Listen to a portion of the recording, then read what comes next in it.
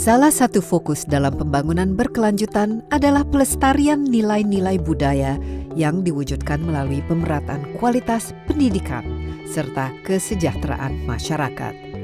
Hal ini mendorong keterlibatan kebudayaan dalam pembangunan ekonomi, sosial, dan lingkungan. Budaya juga mampu berintegrasi dengan kemajuan teknologi dan menghasilkan metode baru dalam mengakses kebudayaan. Keterbukaan akses terhadap kebudayaan ini mendorong meningkatnya partisipasi masyarakat dalam pelestarian budaya. Perkembangan teknologi juga mengubah cara masyarakat dalam menyampaikan pendapatnya melalui platform digital yang dapat berdampak global.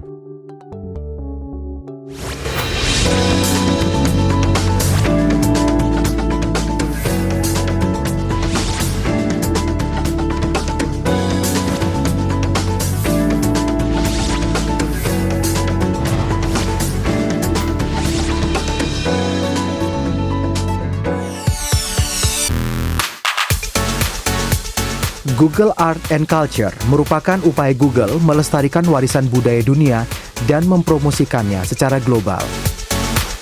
Melalui platform digital, Google Art and Culture mendokumentasikan beragam karya seni serta peninggalan budaya di seluruh dunia. Kemudian menampilkannya melalui internet dan aplikasi telepon pintar. Melalui platform digital, Google mengajak masyarakat di seluruh dunia menjelajahi kekayaan dan keragaman budaya suatu bangsa. Melalui inisiasi Google Cultural Institute, Indonesia masuk dalam platform digital Google Art and Culture sejak tahun lalu. Hingga kini, Google telah mendokumentasikan sedikitnya 7 situs yang memiliki nilai seni dan budaya tinggi. Situs-situs itu diantaranya Candi Borobudur, Candi Prambanan, Monumen Nasional, Museum Tekstil, Galeri Batik Yayasan Batik Indonesia, dan situs manusia purba Sangiran. Aplikasi Google Art and Culture tidak hanya mengubah sistem pendokumentasian, tapi juga memberi perspektif baru dalam pelestarian warisan budaya bangsa. Aplikasi ini juga diharapkan dapat menarik minat masyarakat mengenal warisan budaya Indonesia dengan mengunjungi museum dan situs bersejarah yang tersebar di seluruh Nusantara. Grafiardi Kresnantyo, CNN Indonesia. Ya, teknologi digital terbukti membuat kehidupan kita jauh lebih mudah dengan menggunakan koneksi internet misalnya. Kita bisa mendapatkan akses terhadap informasi begitu mudah, hanya ada di ujung jari. Nah, ternyata teknologi digital juga bisa memperkenalkan kita berbagai ragam budaya yang ada di seluruh dunia ini. Nah, insight kali ini kita akan membahas apa-apa saja yang dapat dilakukan oleh teknologi digital untuk membuat kita lebih paham mengenai budaya kita sendiri dan juga budaya di seluruh dunia. Hadir bersama saya dari Google Cultural Institute, Head of Country Operations, Luizella Maza, yang sedang berada di Bali dalam rangka World Culture Forum. Hai Luizella. Thanks for being with us and welcome to Bali. Thank you very much. Your first time? It's my first time. It's a real pleasure and a honor to be here. Great. Very excited. And of course, we in Indonesia, we know Google as, you know, the largest search engine. And if you want to look for something, we say just Google it. Okay, but apparently Google also has what's called the Cultural Institute. Tell us a little bit. I mean, the idea behind it. Why and what does it do and how does it work? Right, so as you know, Google's mission is to make information universally accessible and useful. And we want to participate in this mission as Google Cultural Institute to make more cultural information more accessible anywhere to anyone in the world.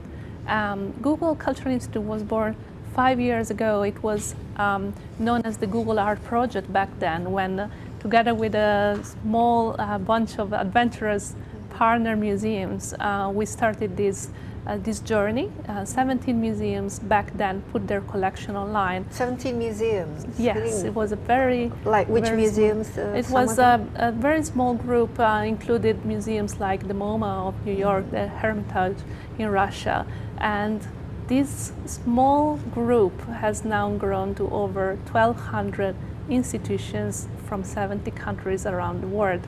So we are in 5 years. It's amazing. It encountered tremendous success.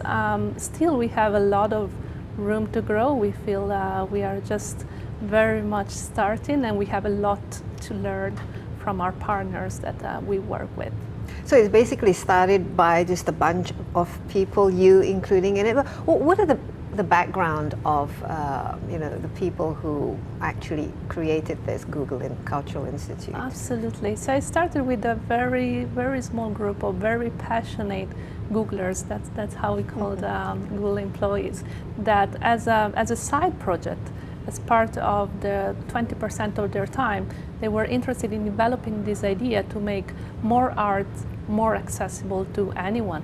So they started with this very simple back then project that they started engaging partner cultural institutions with to open up their collection to bring them online. And one of the earliest technologies that we developed was the digitization technologies that we made available to these cultural institutions. So the ability not just to come online, but to come online with images of the artwork in super high resolution, or with technology that brings you inside the museum with the Street View technology developed specially for this institution.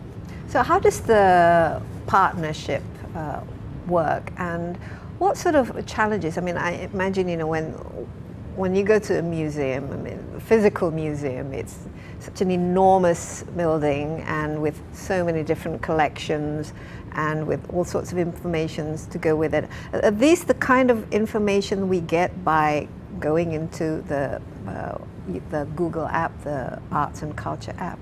So the way it works is that our partners are completely autonomous in deciding what goes online and how their collection is displayed. Some museums decide to share part of the collection online, others their entire collection. So it can be thousands or hundreds of thousands of images of artifacts that go online in their digital page. So each of our partners has their dedicated autonomous space where they can focus on making their artwork, their artifacts available to anyone for views. Everything you see online on Google Arts and Culture belong to our partners. So they are completely autonomous and completely independent in curating and organizing this content online. By no means Google Cultural Institute can offer or replace in-person visit, but it's our hope that we can possibly inspire people to go to visit, to go in person, to experience in person what they may have seen online, for those that have an opportunity, and for those that don't have an opportunity to travel to visit, to get inspired, to get a sense of what's out there. When you get access, how do we interact with it? I mean, you have something in your hand that you wanted to show me, because so this is one of course, I mean, technology is very much the backbone of it, and as technology gets sophisticated, presumably the way we interact with the site also gets more sophisticated, right? Absolutely. We have been exploring various avenues with different levels of sophistication to explore, to access the content that our partners have made available through Cultural Institute. This is just one. But for instance, you can now access all of the content through your mobile phone, downloading the app for free for any phone. You can access it on the web. And if you have the app, you can also access this special virtual reality experience. This is just a visor, the Google Cardboard visor that you can use with your phone, as you see here. And it's literally cardboard, but it enables you through the app to try how it feels to, for instance, step on stage with performers from all around the world and in 360 degrees in virtual reality, or take a guided tour through, for instance, the Valley of the Temples in Italy with a guide that takes you by the hand and talks to you about what you are seeing. So with something as simple as this, in combination with the app, you can now have a more involving and more engaging cultural experience in your pocket. Wow, that's amazing, especially when you attend one of those things, you have to go to that country, or if you are in that country, normally it's quite expensive. But with that, you can actually be present, put it on, and you have like a 3D effect. It must be a huge amount of resource that Google itself is putting onto this. I mean, can you give us an idea of, you know, the number of people involved in putting this together, and the kind of, you know, equipment you mentioned? There's 360 degrees, you know, cameras, and also what's in it for Google at the end of the day? Absolutely. So it's a very diverse set of people that work on this project, so it's hard to quantify exactly. If you think about it, it's software engineers, it's product managers, it's program managers, but it's also all the people involved in the actual operations to digitize, to capture in super high resolution images, to capture the Street View technology. So it's different people with different levels of expertise and very diverse backgrounds located in different parts of the world. And with regard to what's in it for Google, if you think about it, as we mentioned earlier, Google's mission to make information universally accessible, universally useful, we're just playing a small part of this mission, which we're hoping to give a contribution to the cultural information. So we specialize in this particular type of information. We are hoping that we are contributing to the wider mission of Google by doing so. Mm-hmm. And you have partners all over the world.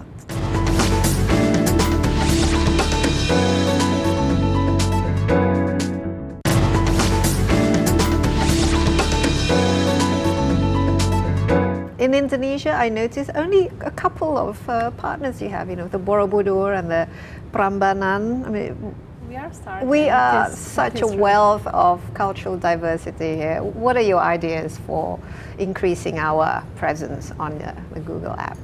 So yes, we are starting. That's very true. We have started small, but there is a lot of potential. So coming up, we have established partnerships with institutions all over the country. For instance, one of the most recent partnership we have established is to shine a light on the tradition of batik, and to do so at the very best possible way that technology can help with. So we have brought in Indonesia a very special robotic camera called the Art Camera that we have developed at Cultural Institute to capture in super high resolution batik, so that anybody anywhere can explore the finest detail of this technique in a resolution that is typically invisible to the naked eye. This is the kind of advanced technology that we have been working on, and that we are very excited to bring in Southeast Asia for the first time, starting with Indonesia. So this is just an example of how the commitment is growing, the partnerships are growing, and while yes, it's still very early days, we are welcoming many new partners and many new artworks and artifacts on board. So basically, any museum, gallery can partner with Google Cultural Institute in this. How does the partnership work? I mean, is there licensing required, or you know, what sorts of any kind of financial or some kind of transaction involved? Or all of this technology is made available to cultural institutions for free. So everything you see online is entirely decided by our partners. Google doesn't own any of the content you see online. All of the content belongs to our partner, and they decide completely autonomously what to go online with. So it's entirely what they make of it. Okay, it's amazing now. In the 5 years that it's been set up, I mean, who have used the application, and also, you know, actually used the site, and what are their favorites? So we have seen an immense growth of users, and at this stage we are welcoming more than 50 million visitors per year. 50 million visitors per year, more than that, on the platform. So yes, it's a lot of people that are using the platform all around the world. Having said that, we have particularly noticed an interest in educators and in education at large, and which is why we have been particularly recently exploring how people interested in education are using our experience in the platform, what their favorite topics are. And now through Expeditions, this particular program aimed at pupils and teachers, they can now take virtual cultural school trips that takes them where, let's say, a school bus can't go. So we are hoping to inspire very diverse audiences, and one of our most recent audiences, educators. So schools use a lot of it, but also just individuals interested in maybe seeing what's going on in MoMA, what kind of exhibition they're missing. So how up to date is it when it comes to putting up, for example, an opera or a ballet or a dance or an exhibition? Is this continuously refreshed and updated? So there are various features that you can use to stay up to date. There are the collections that the cultural institutions put online and regularly update. But there's also the recently launched Nearby feature in the app that informs you about what's going on in the cultural space around you. So whether you are in London or in Bali, it will inform you and will tell you more about what's up from a cultural point of view, so that you can stay up to date at all times. We very recently launched this feature, and we are looking forward to expanding it. Mm-hmm. And how popular is this app compared to, I mean, we as a digital consumer, there's just so many apps that we can download and so on. Who are your main sort of target audience, really? I mean, are you? It's a very good question. So we are looking at a lot of people that are interested in their daily dose of culture, from those that come to explore arts and culture through social media. For instance, we have a very diverse set of social media channels that we interact with to explore arts and culture from a different perspective, to those that have a passion for a specific type of visual art or artifacts. But in the social media space especially, we have found some interesting trends, and one of the most recent campaigns is tied to the recent launch of the Natural History Project. Okay. So now you can, on the Google Arts and Culture social channel, you can follow the dodo, this extinct creature that is coming back to life through social media in occasion of the launch of the Natural History Project. Okay, so there's something in it for everybody, for all age group, basically. Currently, which country really takes advantage of this app? It's very diverse and it's very spread out. We notice a very global audience, particularly with the fact that we encourage partners, and partners are very keen to make their content available in the local language plus English. This is really making their culture accessible to anyone in the world. So we notice a lot of uptake, especially when artworks and artifacts are described in two languages. Mm-hmm. And other than the museums, exhibitions, galleries, we have when we talk about culture, there's a lot of intangibles, like the food or clothes and stuff. So what's next in the evolution of the Google Cultural Institute? Absolutely, intangible heritage has always been very close to our heart. So experiences like the Performing Arts Project, that is projects that focus on things like drama, like opera, like dance, are something that we have been betting on, and we intend to continue in that direction. We are also looking at the next frontier of virtual reality. So how can we bring more of the engaging, involving experience online through various forms of arts? We are also looking into advancing into digitization.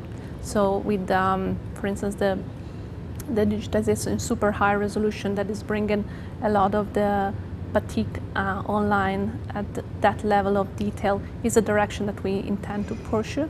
And we have a lot ahead of us in terms of education as well. So this institute is something that is going to keep growing along the lines. Absolutely.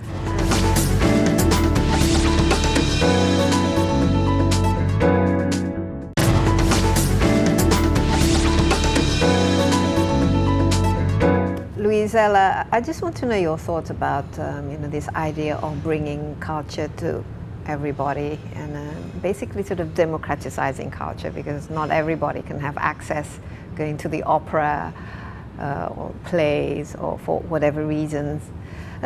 Do you see, since this Google Cultural Institute is established, that there is a sense of more and more people are interested in culture, in actually going to museums or in actually following what's going on in the cultural trends? It's actually a very good point, because we, talking to our partners, we see a lot of interest in actual physical attendance, actually going to the museum. So the two trends, the ability to bring something online, is actually nicely complete in their effort to bring people to visit, to go in person, to attend an exhibit, to attend a performance. So we are seeing this as a complementary effort to make more culture more available to anyone, anywhere. So in perspective, yes, there is a trend that is coming online and making more culture more available, but it's very much hand in hand with general growing interest in experiencing. And the focus on the experience is something that, yes, Google is trying to provide a few answers to, but many different other players are also in this field and are trying to provide different ways to answer this very same question. What sort of feedbacks do you get? I mean, when we talk about culture, the theatre, the opera, it's very much sort of a developed nations, because they're the ones with they're very good at archiving, they're very good at building museums and keeping them updated and very good collections. On the other hand, perhaps in the developing world, where there is sort of a much less capacity and capability in actually putting collections and digitizing them and so on. What kind of feedback do you get from developing countries that do they want to be sort of part of this cultural, the globalization of culture and getting Absolutely. their own there is cultures a lot out of there? demand. We are seeing a lot of growing interest for countries that have incredible heritage, incredible stories to tell, to come online, and to do so to get the local society more aware, more involved.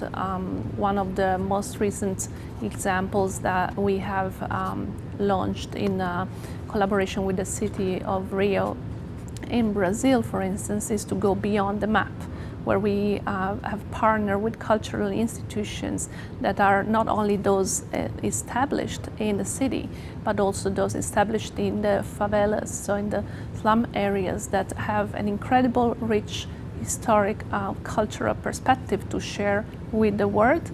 And so this is one way that a city so diverse as Rio has brought their culture online through Google Arts and Culture.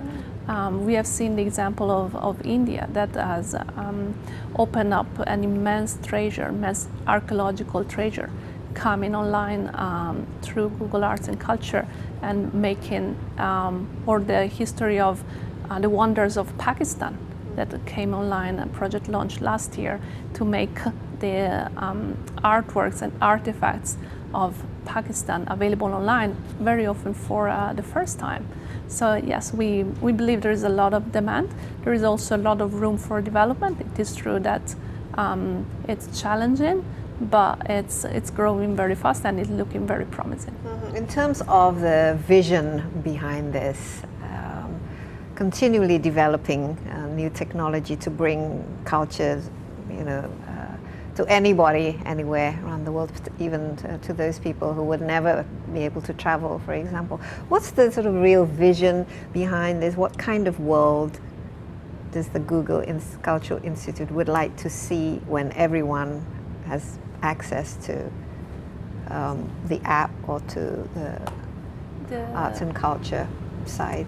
The What kind of vision world? is a more democratized access. I'm hoping that we are going in a direction where anyone, anywhere for free can enjoy and get a sense of what a cultural and engaging, involving cultural experience could be, no matter what their background is, no matter what their possibilities are, no matter where they are, they can get a sense, they can give it a try, they can get involved, and they can involve others at the touch of a button. So I'm hoping that by working and by continuing being inspired by the amazing partners in this space, we are going into that direction. Okay, now, Luisela, you yourself, what really excites you about this project? And are there sort of challenges involved in building something which started off as a side project, but obviously I think this is going to be a never-ending project because the world is just so big. There's just a number of countries, and the amount of cultures is just so huge.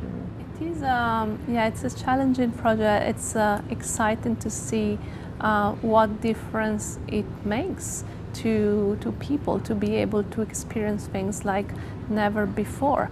When we digitize in super high resolution the ceiling of the opera in Paris, as you know, it's painted by Marc Chagall. Mm-hmm. The son of the painter came to visit the lab in Paris, the permanent home of Cultural Institute, and was able to see for the first time in super high resolution something that it's very high up, it's very remote, and he was able to spot for the first time in his life his portrait that his father had painted in a corner of the ceiling. He couldn't, before that, he had never been able to spot that, and to see that in such a level of details, and was very, very emotional for him for the first time. So you can imagine that art has this transformational power and the amazing opportunity to open up unexplored routes or less explored routes can really be transformational, and we are hoping we are in the right direction, even if just at the beginning. Okay, well, Luisela, I mean, it's a very, very exciting app for me. I mean, can you also imagine it when so many people say they want to be able to see, say, the Mona Lisa, for example, and then they can actually go to using the app, actually really zone in on a close-up of the Mona Lisa. This is something that's possible, right, through this. It is possible. You can zoom in at a very fine level of details, not for the Mona Lisa quite yet, but there are many, many artworks out there that are available often for the first time at a resolution that allows you to spot the finest detail, the finest crack in the painting, the finest brush stroke, something that you wouldn't otherwise be able to do in real life many times. In the museum, especially when you act in a gallery, you have to sort of stand behind the physical barriers, or even artworks that are not on display at all because they are just too fragile to be exposed to daylight or to any sort of light, really. So yes, these are made available, often in opening up possibilities that otherwise wouldn't be available. So we are hoping this is of little help. And again, we are looking forward to seeing more of Indonesia on the app, so that people can actually experience, going up the Borobudur and Prambanan. But we also have so many other, museums and architecture and batik and textiles that we can share with the world. Once again, thank you so much. And it's been a great pleasure. And I hope you have time to check out some of our I'm looking forward to seeing more and to make the most of my time here in Bali. Okay. Ya, demikian bincang-bincang kita bersama Luisela Maza dari Google Cultural Institute, dan Setelah yang berikut ini, saya akan berbincang dengan salah seorang yang juga berkecimpung di dunia digital. Siapa dia? Setelah yang berikut ini.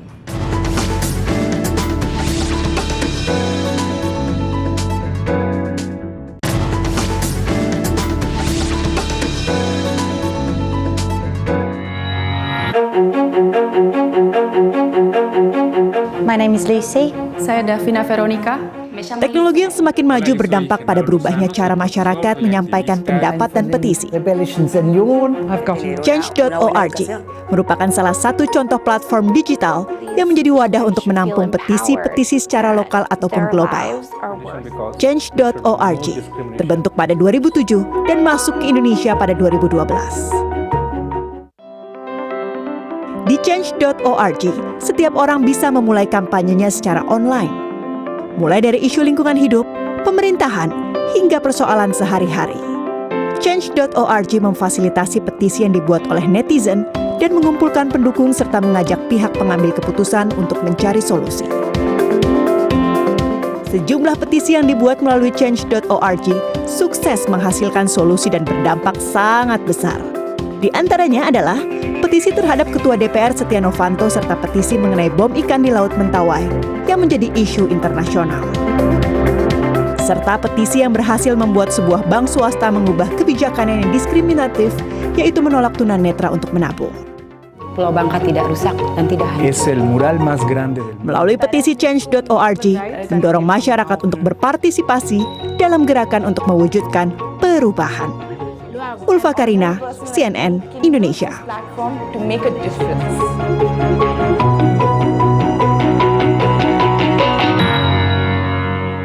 Ya, kita telah melihat bagaimana teknologi digital itu bisa sekali memberikan manfaat yang positif bagi kita semua ya. Misalnya dengan mudah kita mendapatkan akses terhadap informasi, terhadap ilmu, pengetahuan, pendidikan dan lain sebagainya. Tapi teknologi digital juga bisa membuat kita manusia penggunanya itu juga melakukan hal-hal yang positif, menyebarkan hal-hal yang positif sehingga ya memang seharusnya lah demikian ya. Kali ini saya akan berbicara dengan Arif Aziz, Campaigns Director dari Change.org Indonesia, dan Change.org Indonesia itu biasanya ya kita sudah familiar ya, sering digunakan untuk melakukan misalnya petisi online, berkampanye untuk mengubah sesuatu yang kurang baik menjadi baik dan menggalang dukungan untuk mengubah sesuatu menjadi lebih positif. Arif, terima kasih banyak. Sama-sama, ya. Change.org ini sudah lama sebenarnya. Change.org itu berada ya. Ini Change.org International ya, tapi Arif adalah Change.org Indonesia. Nah, itu bisa cerita sedikit kira-kira bagaimana hubungannya dan bagaimana perbedaannya khususnya dengan apa yang dilakukan di Indonesia. Oke. Pada dasarnya sih Change.org Global itu didirikan sekitar tahun 2007. Tetapi baru masuk Indonesia kurang lebih 2012. Pada saat itu masih relatif baru masih ya? Masih 4 tahun lebih sedikit gitu. Tetapi dari 4 tahun itu yang kita lihat, pada saat kita mulai pertama itu kita miliki kurang lebih 8.000-an user gitu. Sekarang user kita sudah 2,6 juta gitu. Artinya ada sebuah kehausan dari masyarakat, ada sebuah kefrustrasian dari masyarakat, dan mereka ingin mengalamatkan kefrustrasian itu dengan cara yang konstruktif. Nah, Change.org menyediakan platform itu melalui petisi-petisi online. Jadi siapapun, dimanapun, kalau merasa ada sesuatu yang perlu diubah, mereka bisa mulai petisi, menggerakkan netizen, menggerakkan orang-orang untuk mencapai perubahan gitu. Makanya Change.org. Jadi untuk melakukan perubahan, tapi tentu saja perubahan yang ke hal yang lebih baik ya. Mungkin bisa dalam 4 tahun ini yang paling menonjol keberhasilan dengan adanya Change.org ini dalam mengubah sesuatu menjadi lebih positif. Ada banyak hal dan kita sangat terinspirasi oleh user-user kita yang menggunakan petisi untuk menggerakkan perubahan-perubahan ini. Mungkin orang-orang melihat yang besar-besar seperti yang terakhir misalnya skandal Papa Minta Saham atau misalnya tahun 2014 mengenai pilkada langsung gitu. Adalah grup-grup yang menggerakkan ini bukan hanya melalui petisi dan bukan hanya melalui online, tetapi berhasil menggunakan tool-tool ini untuk menciptakan perubahan gitu. Tapi justru keberhasilan yang saya suka itu yang lebih bersifat lokal gitu, seperti pada saat komunitas Mentawai mencoba memecahkan masalah yang namanya bom laut gitu kan. Jadi orang-orang nelayan-nelayan dari luar Pulau Mentawai datang mengebom laut untuk mendapatkan ikannya, tapi alhasil terumbu karangnya hancur dan bisa mengancam kesejahteraan dari nelayan lokal gitu. Mereka udah coba di jalur-jalur yang formal, tetapi tidak ada balasan. Akhirnya mereka membuat petisi, dan petisinya viral sampai ke luar negeri. Sampai di-tweet oleh almarhum Paul Walker, di-blog oleh Richard Branson gitu. Dan sampai pemerintah pusat pada saat itu, Kementerian Kelautan dan Perikanan, melihat petisi dan mengundang mereka dan akhirnya berkolaborasi untuk mengakhiri masalah tersebut gitu. Atau misalnya seseorang yang seorang tunanetra yang mau membuka rekening di bank tetapi tidak bisa karena regulasi bank tersebut, dia mengajak netizen untuk mengubahnya dan berhasil gitu. Jadi bukan hanya kita bicara perubahan dalam skala nasional, tetapi juga dalam kehidupan kita sehari-hari bermasyarakat. Nah, bagaimana membuat sebuah petisi itu efektif? Biasanya kan sering sekali petisi tolong ini tanda tangan di sini dan lain sebagainya. Tapi ternyata terus follow up-nya itu nggak jelas, dan apalagi hasilnya. Nah, bagaimana sehingga dari hulu ke hilir dari petisi mengumpulkan nama atau email dan lain sebagainya sehingga akhirnya bermuara kepada sebuah perubahan yang berarti dari segi undang-undangnya ataupun peraturannya. Ada 3 hal yang saya sampaikan di sesi saya kemarin juga gitu. Yang pertama adalah otentisitas. Jadi yang paling cepat viral di dunia internet gitu, di Twitter, di YouTube, di Facebook dan segala macam, adalah justru konten-konten yang otentik, bukan konten yang sudah dipoles, bukan dengan yang video yang high definition atau segala macam, tetapi hal-hal yang terjadi dalam keseharian yang mungkin direkam oleh sebuah smartphone gitu. Contohnya yang Mentawai gitu ya. Itu mengapa itu viral? Karena ada video di situ yang diambil sama smartphone yang mungkin kualitas gambarnya kurang baik, bahkan videonya pixelated. Tetapi karena itu menunjukkan kenyataan realitas, orang-orang melempar bom dan itu meledak di laut, itu yang membuat orang, wah ini this is real gitu, ini sebuah hal yang nyata terjadi dan sangat membahayakan dan sangat mengancam ekosistem, makanya kemudian dia viral kemana-mana gitu. Jadi otentik sangat perlu. Yang kedua adalah yang kita sering sebut crisis-tunity. Crisis-tunity adalah crisis-tunity. Crisis-tunity. Gitu. Nah, ada jadi crisis, ada unity. Opportunity. Opportunity. Exactly. Okay, crisis and opportunity. Itu filosofinya diambil dari karakter Cina, di mana dia punya satu karakter yang menggambarkan krisis atau danger dan opportunity. Artinya kita harus selalu ingat bahwa setiap ada krisis itu ada kesempatan untuk menyelesaikan krisis tersebut gitu. Kalau misalnya kita melihat di media banyak sekali isu-isu yang negatif sehari-harinya, itu orang dibombardir dengan krisis. Artinya orang gue bisa apa nih gitu kan. Tetapi kalau misalnya kita barengi dengan ada sesuatu loh yang kita bisa lakukan, ayo kita lakukan bareng-bareng, itu lebih memotivasi orang untuk bergerak gitu. Dan yang ketiga adalah persistensi gitu. Jadi harus terus berjuang. Kadang-kadang memang ada hal-hal yang sulit sekali untuk diubah gitu. Tetapi harus terus berstrategi, harus terus berkampanye secara online dan offline, harus terus mencari cara-cara baru untuk mengangkat isu itu sampai akhirnya moga-moga berhasil di masa depan. Nah, untuk mencapai keberhasilan itu tergantung, ya kan tadi ada otentisitas dan tapi jumlah tanda tangan yang dikumpulkan lah istilahnya itu biasanya berapa tipping point-nya untuk membuat suatu masalah itu bisa mendapatkan perubahan yang berarti. Jadi jumlah dari tanda tangan itu adalah hanya salah satu faktor yang membuat petisi itu berhasil. Lebih banyak dilihat sama orang, lebih banyak kemungkinannya untuk berhasil. Tetapi terkadang ada petisi-petisi yang banyak sekali tanda tangannya tapi tidak berhasil. Tapi ada petisi yang sedikit sekali tanda tangannya, tapi karena suara-suara itu digunakan dan dimobilisasi di mana-mana, maka itu bisa berhasil gitu. Contohnya yang petisi yang saya sebut mengenai Trian Erlangga tunanetra yang tidak bisa menabung di bank itu, yang sekarang sudah bisa, itu hanya mendapatkan kurang lebih 4.000-an petisi gitu.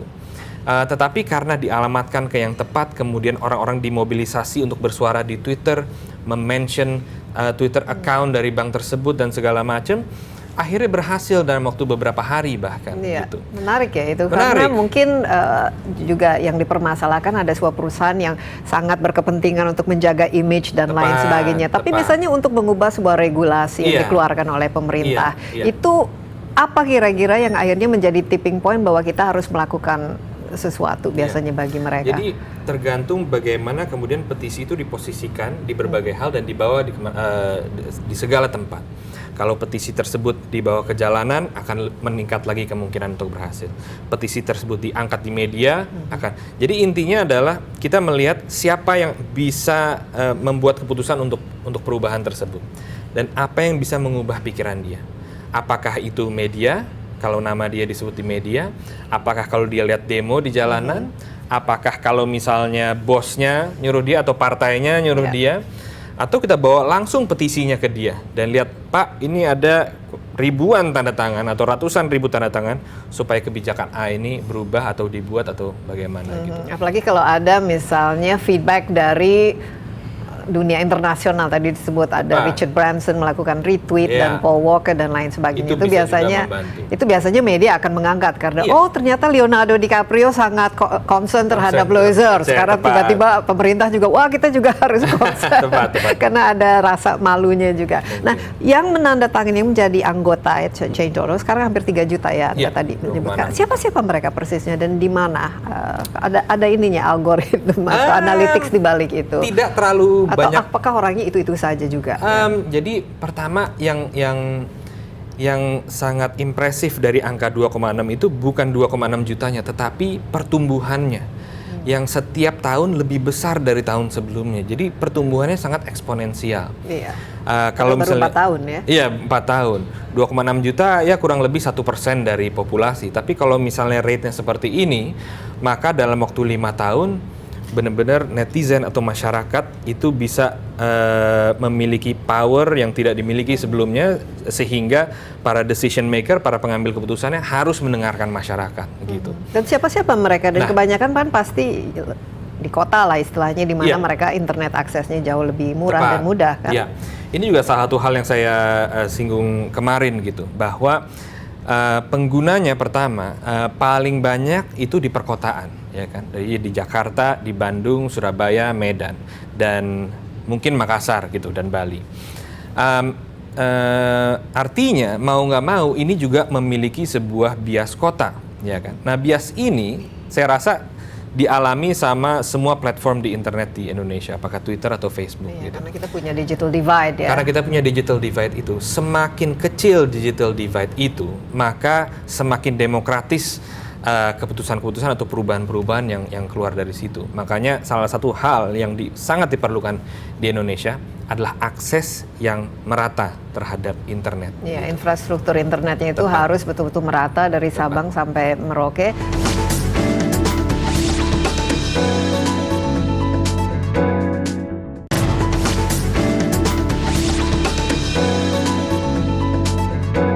Nah, selama ini dari segi petisi-petisi yang keluar, itu sejauh apa-apa saja yang paling banyak dipetisikan lah istilahnya, dan apakah ini keluarnya langsung dari pengguna atau yang di-initiate oleh Change.org itu sendiri? Jadi Change.org sendiri tidak menginisiasi kampanye atau petisi. Sama sekali tidak? Sama sekali tidak. Jadi itu semua dijalankan sama user-user kita. Tugas kita sebagai staff yang hanya 4 orang di Indonesia ngurus 2,6 juta ini adalah sebisa mungkin memfasilitasi mereka untuk supaya suara itu sampai ke pengambil keputusan. Apakah itu melalui media, apakah melalui sosial media, apakah langsung ditemukan para pengambil keputusannya, dan segala macam. Jadi yang paling banyak yang kita lihat orang Indonesia itu paling peduli mengenai isu-isu apa aja. Yang pertama adalah masalah environment, gitu. Lingkungan hidup. Orang Indonesia sangat peduli dengan hutannya. Sangat peduli dengan orang-orang yang tinggal di sekitar hutannya, sangat peduli dengan satwa yang tinggal di dalam hutan-hutan tersebut. Sangat peduli ya? Iya, banyak sekali, apalagi dengan dengan bencana yang setiap tahun kita alami, yaitu kebakaran hutan gitu kan. Ini jauh lebih tinggi misalnya dari hal-hal yang sifatnya politis ya. Ini feedback buat TV juga bagus juga karena selama ini mungkin kita harus lebih meningkatkan liputan-liputan mengenai lingkungan hidup. Itu nomor satu, betul. Nomor satu, walaupun nggak jauh-jauh sekali gitu ya, tapi itu nomor satu. Nomor dua baru mengenai masalah anti korupsi dan good governance.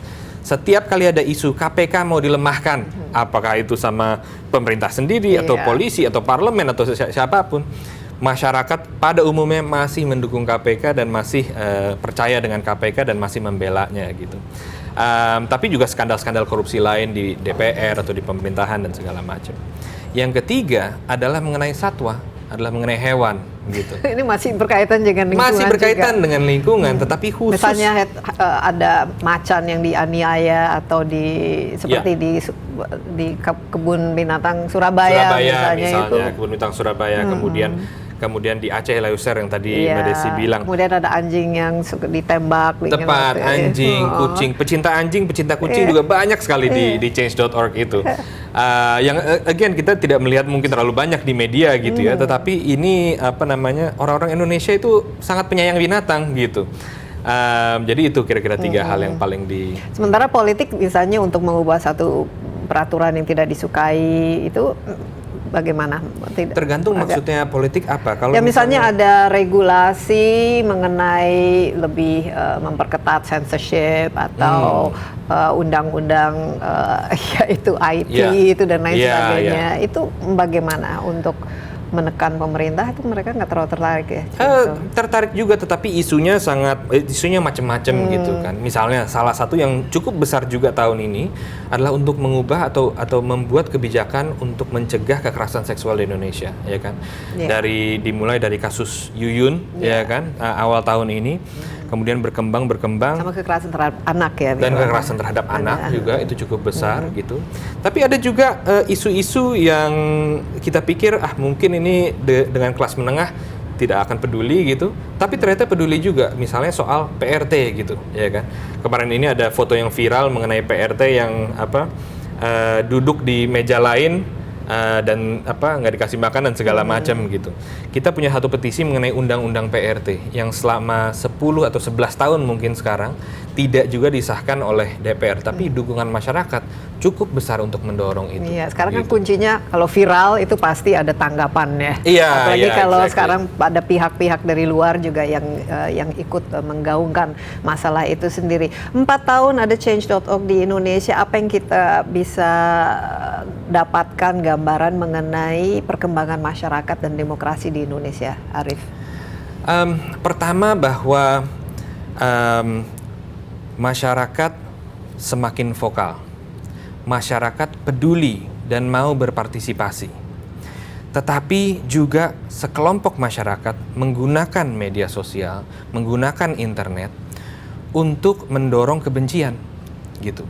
Dan semakin kebencian ini terdorong, apakah itu terhadap suku atau agama atau ras atau kelompok-kelompok minoritas lainnya, semakin orang-orang yang di tengah merasa terperangkap dan males dan turn off dan tidak mau berpartisipasi. Sebagai contoh yang sederhana aja, kemarin di Pilpres gitu ya, sangat berkubu, sangat ekstrim, polarized, pro Jokowi dan pro Prabowo gitu. Tetapi kalau misalnya kita lihat angka dari votersnya gitu, pemilihnya itu sebenarnya lebih rendah daripada sebelumnya gitu.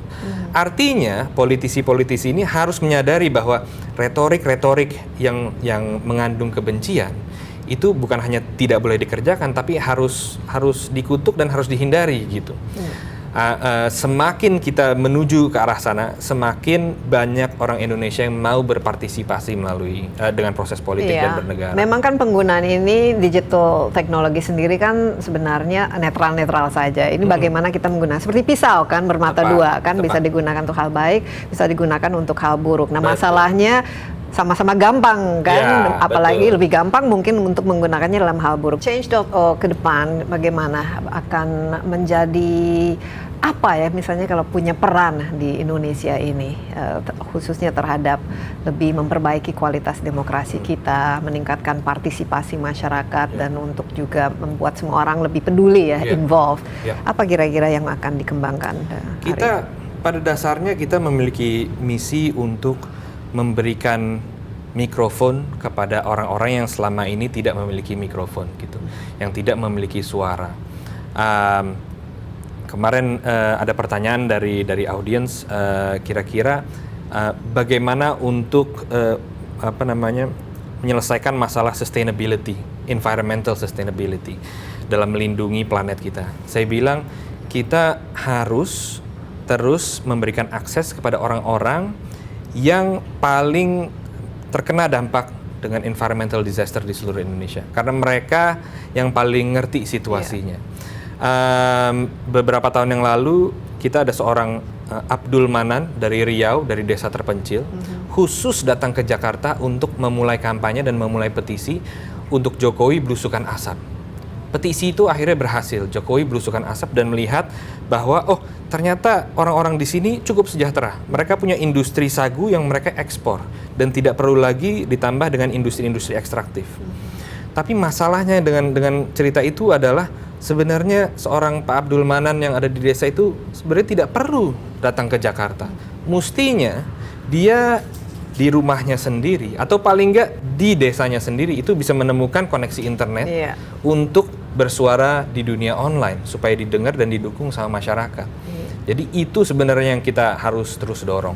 Iya, dan ini akan lebih baik lagi bila digital divide atau ketimpangan digital yang sekarang ada di Indonesia ini segera ditutup ya, karena manfaatnya luar biasa ya, dan untuk benefit ya, untuk kebaikan, dan ini semoga juga kedepannya bisa lebih memperkecil ruangan untuk digunakan secara negatif ya. Tapi Arif cukup positif ya, kita di Indonesia we're doing the right things, we're on the right track ya. So good. Karena kalau kita lihat yang sekarang berlangsung di dunia dengan begitu konflik dan berantem segala macam di media sosial, capek juga kan kita. Capek memang. Ada banyak hal yang kita perlu perbaiki bareng-bareng, terutama di media sosial gitu.